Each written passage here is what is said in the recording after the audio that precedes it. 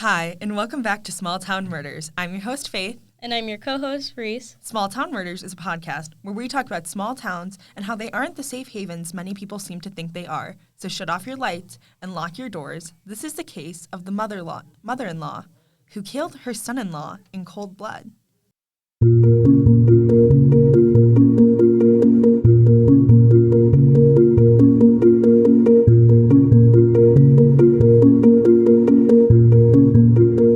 Welcome back, guys. Today we'll be talking about a case that is actually really intriguing.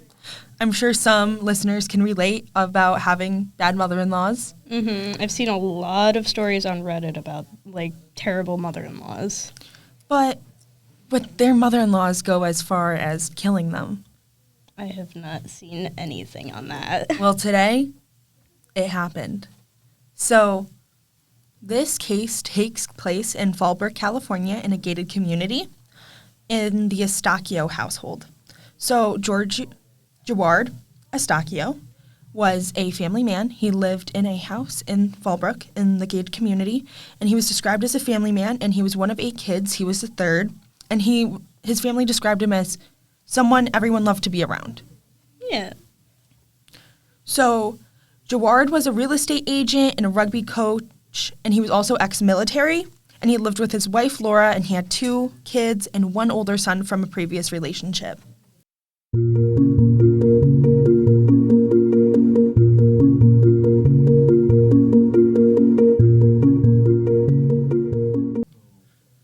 Now, let's get into this mother-in-law. Her name is Cynthia Cidabaca, and she had a stroke about a year after her husband died, and Jaward wanted to make sure she was safe and with people she knew. Yeah. So she lived in the guest house on the residence of the Estacios. So she was safe with them. Yeah, and Made sure just everyone was comfortable. with familiar people, just to keep an eye on her. Yeah.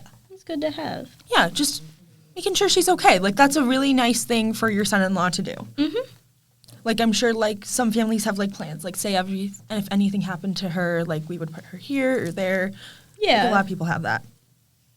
Now, there was some conflicts with Cynthia and Jaward, mainly because Cynthia was a smoker.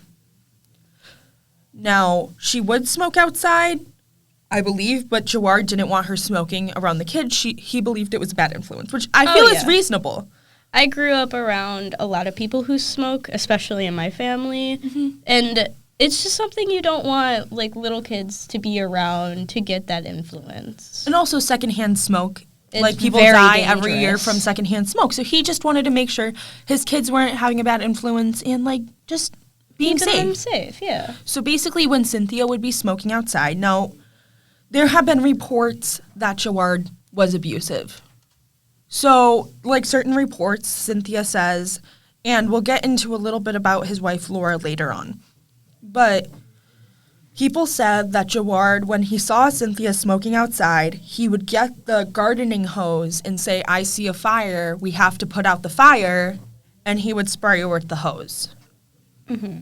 And there were also reports of, he did this to people when they did or said things that he didn't really like, so he would just spray them with a gardening hose as, a weird punishment. And also, Cynthia thought Jaward was too strict with kids because he was ex-military. She thought the punishments and things he said were too strict. Sometimes, yes, that can happen, yeah. Growing up with, protective parents that are mildly stricter, on the stricter side, Yeah. You don't really have strict parents, but... Yeah, I have more lenient parents. My parents are lenient, but they're more, questioning me, you know? It's just to keep people safe. Yeah.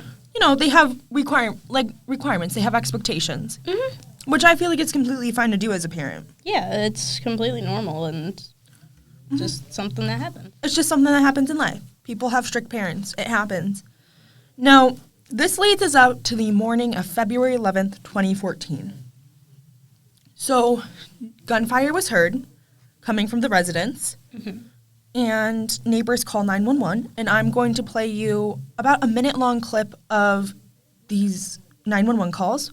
Also, for the record, all my clips today are from the YouTube channel True Crime Daily about this case, and it will be linked on the show notes in the website.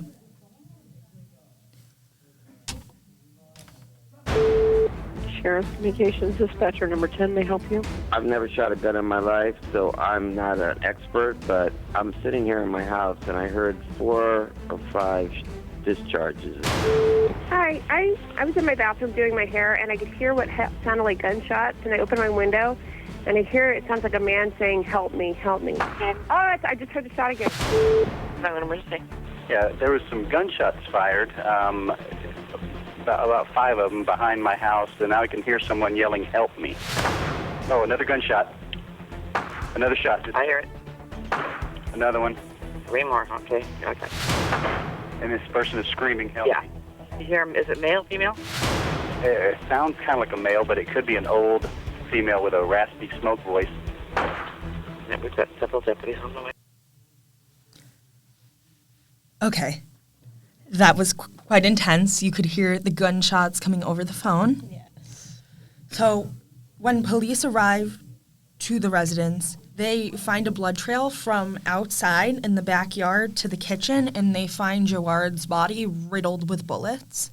Oh. We'll get into how many times she shot him later because it's just so shocking. And we'll get into that when we talk about the questioning because it's crazy, like absolutely crazy. Now, as we said, he was found lying in a pool of blood. And, like, Jaward's mother is like, she killed my son, and she being Cynthia. She knew, like, it was her, you know? Yeah. Like, mother's intuition. But police were also like, let's explore these possibilities. But they also couldn't find Cynthia, so they're all jumbled up. So, also the older son was a recovering addict, and they thought he was looking for money from Jaward. Obviously, this wasn't the case. And, like, once they figured that out, like, Cynthia is, like, their top priority. Like, where is she? Was she hurt? Was she taken? Like, what's happening? They were really concerned. Now, they actually found her at her favorite cafe hours after to celebrate her birthday. What? Yeah. So after she like killed him, she just decides, oh, let's go to my favorite cafe. We'll also get into the other places she went to later on. She went more places. Oh, yeah.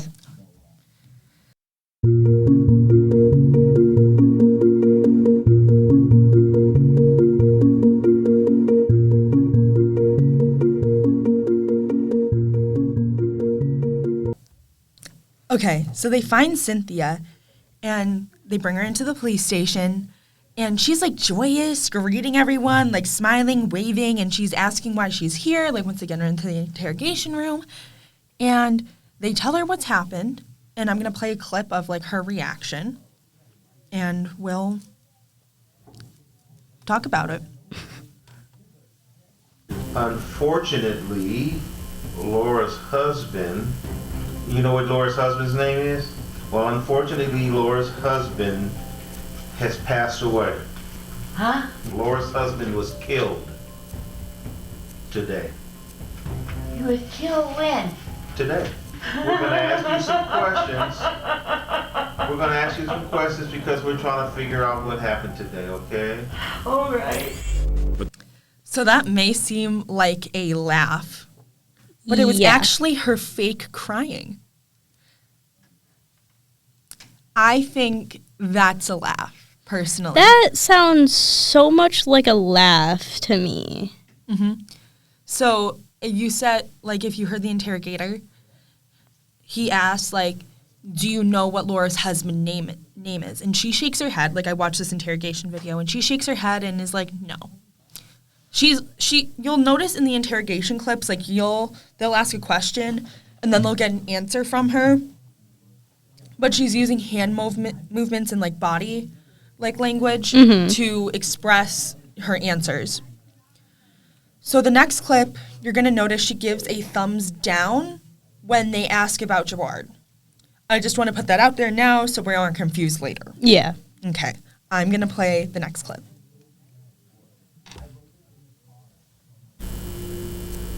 Okay, why do you say that? That's the big thumbs down. You didn't like him.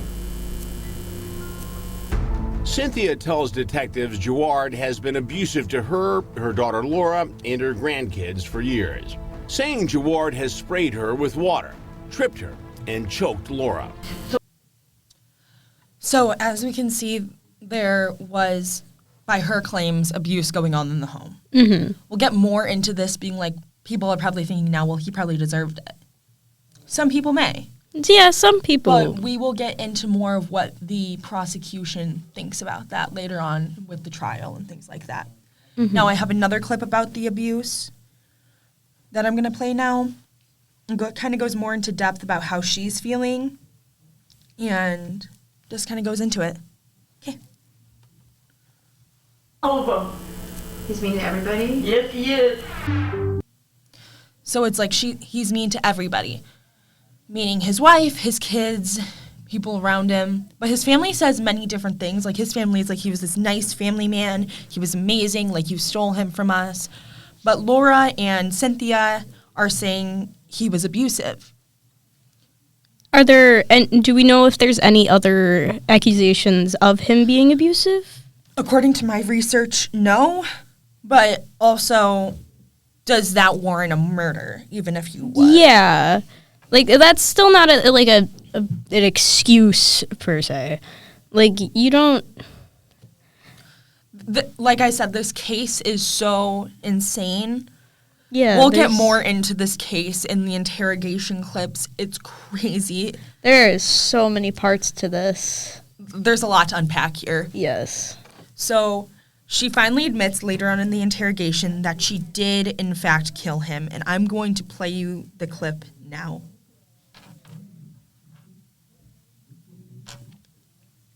Away. Did anybody try to stop him? Can't stop him. It sounds like somebody had to stop him. Or I did. I did. Okay. I was guilty. Okay. Somebody had to stop him. I did. Okay, it's okay. Is he dead? You tell me. Gotta be dead. You think he's dead? I hope so. In a shot. Sorry about that rough cut of that clip there.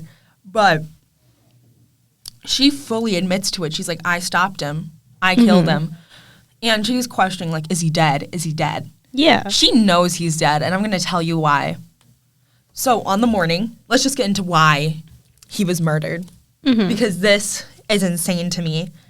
So apparently he called her outfit ghetto. Said her outfit was ghetto looking, and he didn't like it. Okay. How does that lead to a murder? So she goes out to her car and grabs her revolver, and he never saw the attack coming because she shot him in the back. She unloaded her gun, which was 5 shots, and then she went back to her car, reloaded again, saw him crawling into the kitchen, into the house because he's trying to get away, unloaded her gun again, 5 more shots. So that's 10. Went back over to her car, reloaded again, and discharged 5 more shots. So she shot him 15 times. Wow. So out of the 15 shots, 12 hit him. Oh. Do we know, like, where was hit? Like, was it how he died? Like, did he have, like, a painful death? Like, slow, fast? I don't know. I would imagine if he was able to crawl to the kitchen after those 5 shots, it was prolonged, but I don't know, Yeah. like, how long it took for him to die. But Wow. you can only imagine. You can only imagine how much pain he was in his last, like, final minutes. And, like, you can oh my see gosh. how close in proximity those shots were with the 911 call we listened to earlier. Like, every minute, another minute. Like, she was watching him with her. Uh-huh. You know, like, she wanted to watch. Oh, because he didn't like her outfit? Yeah. Oh my gosh. It's just, it's insane. That's it's insanity. insane. Like, this man brought you to his home, gave you one requirement: you can't smoke. Yeah. In front of the kids. You smoke in front of the kids anyway. He sprays you with the hose because you keep doing it. And I understand, like, physical retaliation isn't right, but I can understand from a point of an angry parent Yes. that maybe that's happening, and maybe there was abuse in the home. Maybe he was. had PTSD. Maybe that drove him. But does that give the right to kill? That's the question here. Like, Yeah. you know? So I'm going to play you another clip. This talks about the aftermath of the killing and where she went to, because this is absolutely crazy. After she killed him, she went to so many different places, and we're going to hear exactly where she went. Oh, Grandma, I love you. He said that to you? Yeah. After you shot him, he said, Grandma, I love you? Yeah. God damn. Did you check to see if he was dead? I didn't care. She went and enjoyed her birthday. She went to Denny's, she went to Pachanga and gambled for 2 hours, and then went and enjoyed some coffee at a coffee shop until she was finally contacted by detectives. So the first part of that clip was Jawad, like, begging for his life. Like, Grandma, I Yes. love you. What are you talking about? Like, why are you hurting me? You know, like, why did you shoot me 12 he was times? trying to, like, convince her to stop. Like, he was pleading for his life. Like, she had 12 shots to decide, like, If to it was stop. wrong. Yeah. 15, actually, because Well, 12 only 15, hit yeah. him. But, and she went to go gamble. And like I said, this was on her birthday, if I didn't mention that. This was her birthday. And later on in the interrogation, like when she's talking to his wife, her daughter, she's like, why did you do this? She's like, birthday, my birthday. Like, that's what she said to her. Like, how insensitive as a mother. You go and kill your daughter's husband that she loved. Yeah. And you're like, your reasoning, birthday. Yeah. It was my birthday. So Her literal, she said one singular word, pointed to herself and is like, birthday. That's not a reason. This is Oh why my this gosh. case keeps me up at night. And it seems so simple, but it's not. There's so much There's happening. so much going on all at the same time. It's like crazy. Like, how? How? So this last clip I'm going to play you is one of the most disturbing things I have ever heard. This is her, like, when the cops say, like, he's dead. Mhm. Like, So they this find- is her finding out. She knew Well, he she was dead. knew, but this is her confirm. Yeah, this is her confirmation, like, yeah, he's dead. And You she- did this to him. She's gonna say some things that it's horrible. So I'm just gonna play you the clip. Believe that she did it. Is he dead? He's dead, man. Oh, thank you, thank you, thank you, thank you, thank you. Oh boy, oh boy. You don't feel bad about it? No. Would you do it again? Yes. With that Again, Oh I'm my sorry for the rough cut on that gosh. clip. But when she's cheering, she's like, oh boy, thank you. She's waving her arms up in the air, like praising, like whatever thing she says. And at some point in the interrogation, near the end of the interrogation, before she gets her mug shots and things, the interrogator says she better pray to her higher power that she believed in. And she goes, I don't believe in a higher power. I've never prayed before. I've only prayed once. And they ask, when have you prayed before? And she goes, I prayed today that he would die. Oh my gosh. And I don't know if that was for shock value Yeah. or what, because she seems to be doing a lot of things for shock value. She showed no remorse. So once they finally, And she admitted to doing it again. Like, she would do it again. so Gerard's family was in the police station, Mm-hmm. and when she was doing that cheer, they heard it through the walls. She was that loud. They Oh like my heard her cheers gosh. that she killed him, and she's like, thank you, like praising, like excited. So the family was there while she was being interrogated. Gerard's family, Okay. a bunch of his were siblings. they able to listen to They everything, or was it just overhearing her? They heard it through the walls, but I'm sure they've looked at interrogation Oh, yeah. footage. But, like, they heard it through Oh the my literal gosh. walls of the police station. Like, just imagine sitting there, you're getting questioned about your brother's murder, and you hear his mother-in-law cheering that he's dead, and that she killed him, and that she would do it again. I could not imagine just the anger and all of the emotions that family had gone through that that moment where she was cheering. It's absolutely insane. So at the end, Cynthia is allowed, like, her family members are allowed to visit her, say goodbye, because she's going to prison. Obviously.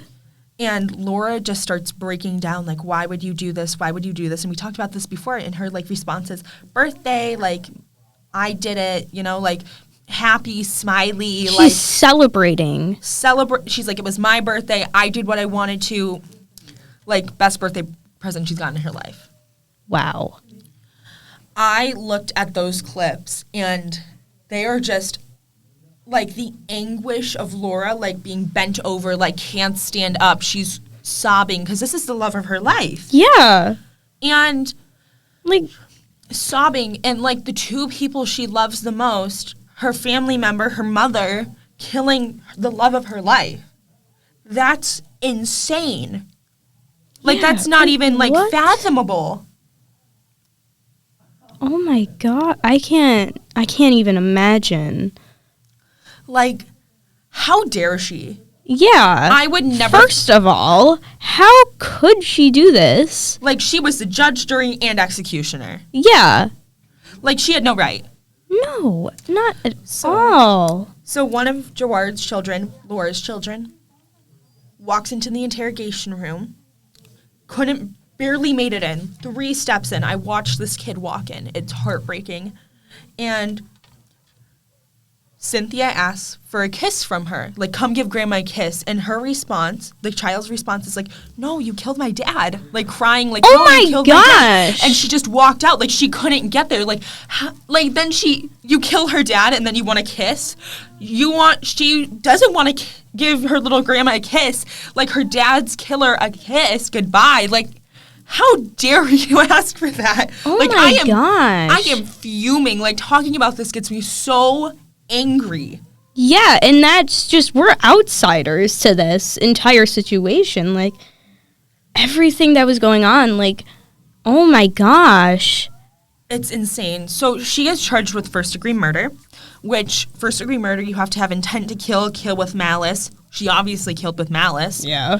And she planned it because she went to the shooting range 2 weeks earlier with the exact gun she killed Gerard with. Oh, so she was doing target practicing. Target practice. She was prepared. She knew what she was doing beforehand. She had time to think about it. Like, and also psychiatrists, they evaluated her. Mm-hmm. And she was competent to stand trial. So 3 years later, the trial begins in 2017 or 2018. I believe it was 2018 because it was in February. There's some it's 3 years. And that comment that she shot Gerard over, calling her ghetto, she called herself ghetto grandma and like called herself that in front of Gerard's kids. Like, ghetto grandma. Oh my gosh. Mm-hmm. So she got mad over him saying that when she now calls herself that. Yes. Like, she called herself that before Gerard killed her. Now, Laura, Gerard's wife, has to make a very difficult decision. Mm-hmm. Prosecution or defense. Now, she decides to go on the side of the defense for Cynthia, stating there was abuse in the home. But the prosecution did have the interrogation video, and once you have that interrogation video, the jury is going to be like, the jury is going to be definitely swayed by that video. Mm-hmm. So the case obviously finally goes to the jury. They deliberate, and she's found guilty. And, like, in court, she showed no remorse. She was smiling and laughing during court about the murder of your son-in-law. Oh, my gosh. And she's sentenced 50 years to life, so she will die in prison. Yes. So we have a couple final thoughts, just that we can discuss now. To recap. Yeah. So there was abuse that was stated in the home by Cynthia's family and Laura, but does that give Cynthia the right to be the judge, jury, and executioner. That's what a prosecutor said. Yes. It doesn't give her the right. Mm-hmm. Yes, there was abuse in the home, but there was never like any, from my knowledge of the case, there wasn't any reports filed or anything. So there wasn't like evidence of like abuse. I'm not saying abuse didn't happen. Mm-hmm. It very well could have. Yeah. And even Laura like backed up the claims with the water hose and things like that. Mm-hmm. But does that give the right to discharge 15 rounds at your son-in-law and watch him slowly die and then go gamble at a casino and go out to restaurants? In my opinion, no. There's no logical explanation because she could have killed him and then she could have called the police. Yeah. And, like, I killed my son-in-law. Like, oh, my goodness. Like, I can't believe I did this. Like, showing remorse. Like, that's a smart thing to do. Even if she didn't have remorse, she could have faked it. But, honestly, we're kind of lucky she didn't fake it because now she's locked up. Because if she showed remorse in, like, the abuse story, then maybe she wouldn't have been locked up for so long. Yes. It could have been filed as, like, a defense for the grandkids, like, to protect them. She did it, but that's what she said. She killed them to protect them. But how is her like, if it was to protect them, then I feel like she should have been a lot more serious. Like, obviously people act in different ways, like they have different traits, different ways of acting. But then she went out and gambled and went out to lunch with friends, and after the killing of her son-in-law, like, watched him die on the floor of the kitchen. Yeah. Like, how is that okay? Like, if, you know, like, why not call the police? Like, obviously you don't want to get caught. Like, but why? Just why? That's the question. And I don't think we're going to get an answer. But it's just something to ponder. And it's absolutely crazy. This case is crazy. I would invite you to look more into this case if you genuinely are interested, because it's just insane. It's crazy. Keeps me up at night. It will definitely keep me up at night now. So, do we want to conclude this episode today, Reese? I suppose we shall. We're going to leave you with that question to ponder. So, until next time, Faith and Reese. We'll see you next time.